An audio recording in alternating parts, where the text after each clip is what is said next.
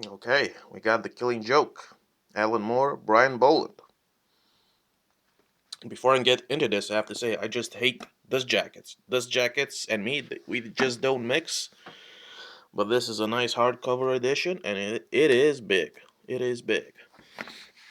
So before I get into this review, I have to say Brian Bolland, the artist, he says somewhere in here in the beginning that the original coloring it just wasn't that good. It just he felt that it didn't convey what his image of the whole thing was. And I have to disagree with that. I think the original coloring does a phenomenal job in telling the reader that we're not in the normal world anymore. Normalcy isn't applied here. We're going into a realm where madness and insanity and so on, they rule. And the coloring does a phenomenal job. Okay, they've recolored this, and I have to say it's not bad. I don't hate it, but it's kind of bland. No scenes from beginning to end, they don't pop. Okay, the original is just wow. You feel the intensity. You understand that Gordon might go insane after this, but in here it's like okay, let's go. Okay, panel after panel. There's no what do you might call it? Uh, there's no suspense. You just move on because the image doesn't convey that the character that's under pressure here is under pressure. You just move on. It's like, okay, let's go, let's go, let's go. The original coloring is great because it does that job. It conveys that everybody is under pressure here. Gordon, Batman, etc. Everybody. But let's go into the story. Now, the story is short. It's very simple. Everybody knows about this. There was a movie made. The movie was one big yikes. Okay, the movie was yikes. But the core element here is, of course, the ending, where the actual joke is said, and we'll get there. So, Batman and Joker, they reunite, they fight, and Batman, he wants to help this guy before it's too late, and of course he says, it is too late, Batsy boy. So Joker tells, there were these two guys in an insane asylum. They escaped and they had to cross up one building from the other. So the one guy does it, and the other guy is afraid. So the one who crossed says, you know what I'll do? I'll flash my flashlight, and you can cross, and you won't fall. And the guy that's scared says, well, what are you crazy? You'll just turn off the flashlight. They both start laughing and laughing and laughing, and Batman puts his hands on this guy, and they don't laugh anymore. And we're left with the rain, and some speculate that Batman killed the Joker. It's possible. Don't really know, do we? We don't really know what happened. It's who knows. It's all a debate, really. But I have to say, this killing joke scene is, of course, Joker.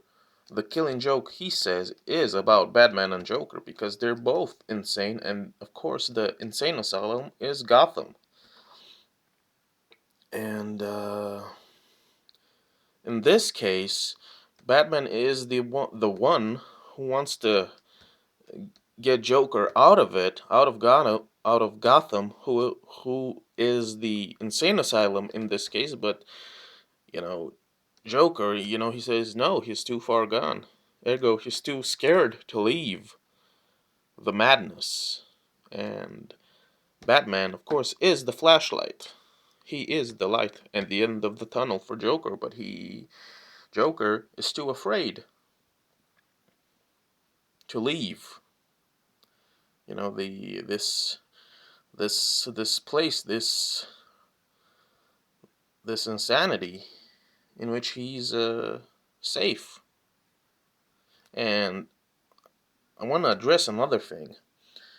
Uh, Joker says, the only difference between him and everybody else, what separates him from everybody else, is just one bad day. And I agree with that. And Batman says, he tells him that's not quite right. You see, most people they just don't lose it like that. They're strong. They don't submit to insanity and where it's comfortable, like the Joker did. So Batman says, he says to the Joker, that's just you. You are alone. You are weak because you've surrendered to madness where you can just be safe and not feel anything ever again. And at first I said, okay, that kind of sounds about right. But think about this. I don't believe that. I believe, Joker, he said enough is enough. He said, I'm just not gonna submit to this craziness that is in Gotham. So he became the Joker, while other people who experience the darkness of Gotham each and every day, they're so paralyzed, they're so tame, they're so uh, anesthetized, so dulled that they don't even react anymore to the horrible things that happen around them and to them. They just move along, saying, "Okay, it's Gotham. I'm just gonna move on." While the Joker, he just snapped out of it because he had a bad day. So in this sense, Joker is alone because he is aware. He reacts. He reacted to the darkness and the insanity around him, while the rest of people, I think they have problems because they don't react at all. They're just like, oh well, another murder. Oh well, we just move along, right? The people, the people are asleep almost to everything. They have accustomed to the crime, and that's a big problem.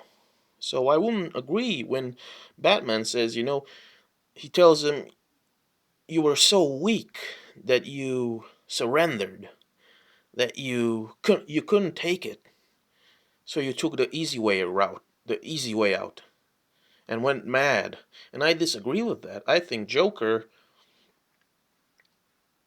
what Joker did, his reaction to it is actually a positive. It shows that he is more human than the rest of the people who just move along like it's nothing.